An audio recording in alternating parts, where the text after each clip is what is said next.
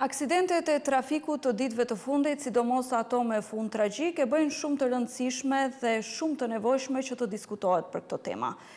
Pikërisht në intervistën e ditës sot do të flasim për këtë problematik me theks të veçantë për përdorimin e motocikletave dhe trotineteve në trafik.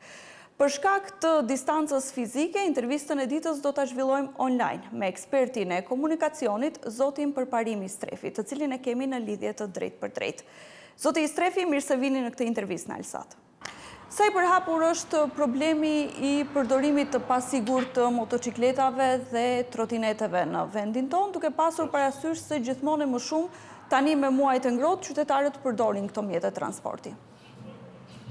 Në rast para më lejoni që t'ju përgëzoj për iniciativen që keni ndërmarrë që të sadopak të arrihni këtë temë, e cila është mjaft aktuale kohëve të fundit, ashtu si që ceket edhe ju, kohëve të fundit, sidomos në sezonin turistik, numri i aksidenteve me motocikletat edhe me trotinetat elektrik është çdo ditë më i madh dhe këta janë një ndër populatat më e rrezikuar në trafikun rrugor. Gjithmonë duke pasur parasysh që kohëve të fundit, sidomos në qytete turistike siç është Ohri dhe Struga, numri i këtyre mjeteve shtohet dukshëm. Gjithmonë më shumë fëmijë dhe të rinj shohim që po përdorin motorët dhe trotinetet. Nuk janë as të ralla pamjet ku shohim edhe fëmijë 7-8 vjeçar duke përdorur trotinetet ose madje 3-4 fëmijë në një trotinet. A mendoni që kjo është kategoria më e rrezikuar e qytetarëve? Po, pikërisht. Për mendimin tim si specialist i këtij drejtimi, mendoj që ligji aktual i trafikut rrugor në Republikën e Maqedonisë së Veriut u alejon drejtimin e trotinetit fëmijëve prej moshës 14 vjeçare, që për mendimin tim është mjaft absurd. Duke marrë parasysh shkaqet që ai është pjesëmarrës direkt në trafik, mendoj që të paktën kjo drejtuesi i trotinetit duhet jetë i barabartë me drejtuesin e mopedit apo kategorisë AM, përderisa ligji e kërkon që për drejtimin e kategorisë AM apo për moped është bicikleta me motor përndryshe, kërkohet patent shoferi, leje drejtimi, edhe atë që të japish patentën, provimin për patent shoferit duhet i kesh më së paki 16 vjet. Për mendimin tim, edhe unë mendoj që edhe për drejtuesi trotinetit të pak t'i ketë 16 vjet mosh, edhe ti nënshtrohet një trajnimi në autoshkollë prej 12 orësh, ashtu si që kërkon ligji për kategorinë AM, pastaj ti nënshtrohet provimit dhe të pajiset me një patent që sa do pak ti njoh të drejtat apo rregullat e qarkullimit rrugor. Sepse duhet ta kemi parasysh që trotineti është një mjet mjaft i shpejt. Është lëvizën nëpërmjet elektromotorit, do më thonë lëviz me shpejtësi 40 km/h, 50 km/h, që për mendimin tim është mjaft i pasigurt. Paramendoni në këto rrugët tona, të lëvizish me shpejtësi 50 apo 60 km/h, në ato rrotat e vockla që i ka ky trotineti, apo mund të bjedhen në ndonjë grop, gjë që është shumë normale në rrugët tona, dhe çka është më tragjikja, ligji nuk e bën të obligueshme përdorimin e helmetës për drejtuesit e mjeteve të trotinetit, që për mendimin tim është mjaft i pakuptueshëm. Pra përderisa ai lëviz në rrugë, patjetër duhet të ketë një farë lloj mbrojtëse, një kokore apo helmet, ashtu siç e kërkon ligji për kategorinë AM apo për moped. Pra mendoj që mosha duhet të rritet për përdorimin për drejtuesit e mjetit të trotinetit, prej 14 të bëhet 16 vjet, edhe drejtuesit e mjetit trotinet ti nënshtrojnë një provimi për të pajisur me patent të kategorisë AM.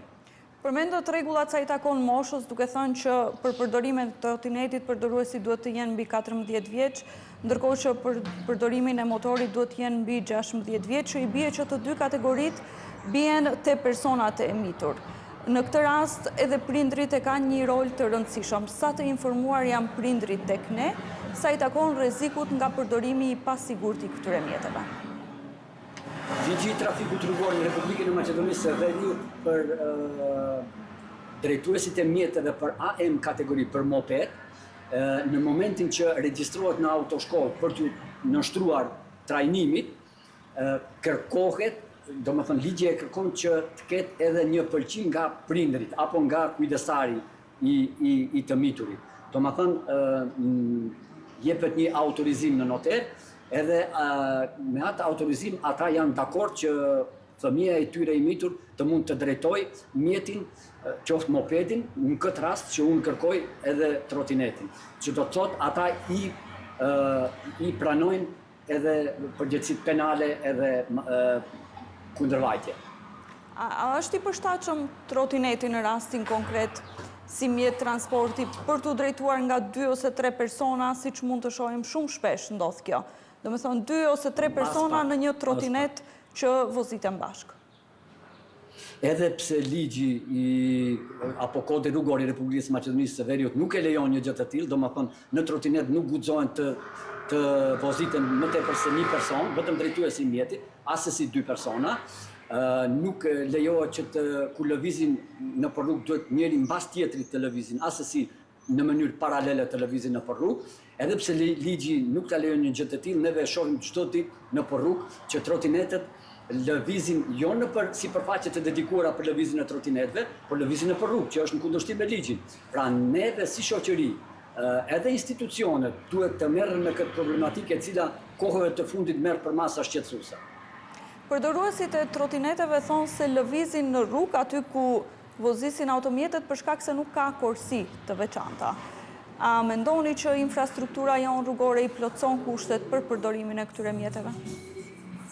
Jo, infrastruktura jonë rrugore le për të dëshiruar. Pra neve nuk kemi as kushtet minimale për drejtimin e këtyre mjeteve. Prandaj e ceka edhe pak më parë. Ligji kërkon që trotineti të lëvizet nëpër shtigjet e biçikletave dhe me shpejtësi maksimale për 25 km/h. Asesi të lëvizet nëpër rrugë. Mirë po, duke pas parasysh aktualisht, realisht, ato s'kan nga ku të lëvizin edhe lëvizin në rrugë, gjë që vendosin vetën e tyre në rrezik edhe pjesëmarrësit e tjerë në trafik. Si janë rregulluar këto problematike në vendet e tjera? Ne kemi parasysh Shqipërinë kur e bëjmë këtë pyetje. Shqipëria ka ndaluar tërësisht përdorimin e trotineteve deri në krijimin e kushteve më të përshtatshme. A mendoni që kjo mund të jetë edhe një zgjidhje e përkohshme edhe tek ne, duke pas parasysh edhe tani raste tragjike të ditëve të fundit? Jam absolutisht pro. I ndjeki me vëmendje të veçantë ngjarjet e fundit në Shqipëri dhe jam pro që edhe në vendin ton të sillet një masë e tillë, derisa të krijohen kushtet ashtu siç e thatë edhe juve. Unë kam ndjek me vëmendje të veçantë ligjin e Zvicrës, e marr Zvicrën si shtet model. Në Zvicër është ajo që thash unë pak më parë. Çdo i mitur i nënshtrohet provimit për shofer. Normalisht me pëlqimin e prindërve të tyre, japin një farë lloj provimin për sa i përket rregullave të qarkullimit rrugor, edhe pastaj pajisen me një vërtetim, edhe me atë vërtetimin kanë të drejtë që të drejtojnë trotinetin në mënyrë të sigurt në rrugë. Mirë po, duke marrë parasysh se rrugët e Zvicrës janë shumë më të avancuara se rrugët tona, çdo gjë është e mundshme vetëm nëpërmjet punës. Ju, si ekspert, duke pasur parasysh të gjitha statistikat të cilët ditëve të fundit i kemi dhënë edhe në Alsat, po edhe në përgjithësi, në krahasim edhe me numrin e popullsisë dhe sigurisë së përgjithshme në rrugë. Si vlerësoni statistikat për fatkeqësitë që ndodhin nga përdorimi i motorëve dhe trotinetëve te ne, dhe unë mund të lexoj disa prej tyre. Shembull, kemi pasur vetëm në një vit 147 aksidente me trotinet, dhe nga ana tjetër për 12 vjet kemi pasur 157 vdekje që vinë si pasojë e aksidenteve me motociklet. Janë këto statistika shqetësuese? Absolutisht janë pro. Juve keni të dhëna të sakta dhe këto për mendimin tim janë jo vetëm shqetësuese, por alarmante. Çdo qytetar duhet merret me këtë problematikë, edhe juve si mediume, por edhe institucionet, Ministria e Punëve të Brendshme, autoshkollat, edhe kështu me radhë të gjithë, të japin sadopak kontributin e tyre që të mos vi deri te keqja. Fundit jeta e çdo njeriu është në pikë të parë. Kur jemi te institucionet, si një pyetje të fundit, çfarë duhet të ndërmarrin konkretisht institucionet? Vlerësoni që duhet ketë më shumë policë në rrugë ose më shumë fushata për vetëdijsimin e qytetarëve? Më jep shumë shpresë kohëve të fundit projekti Safe City, mendoj që kamerat e instaluara në qytete sa do pak do zvoglojnë numrin e aksidenteve. Jam pro, kam qenë gjithmonë pro këtyre kamerave dhe mendoj që edhe në të ardhmen të vendosen, përveç këtyre kamerave statike, të vendosen edhe kamera labile të cilat duhet të jenë të lëvizshme, me qëllim që të bëhet një monitorim sa do pak që të mundet të reduktohen aksidentet. Edhe kontrolla, ashtu si që thatë ju, si që thatë edhe juve, kontrolla e Ministrisë Punëve të Brendshme.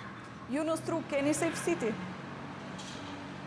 Po, aktualisht janë duke punuar institucionet me kamerat, janë duke instaluar dhe shpresojmë që do të japim fytyn e tyre. Të shpresojmë për një trafik më të sigurt si në Struk, si qytet ku sezoni turistik është shumë aktiv, po edhe në qytetet e tjera.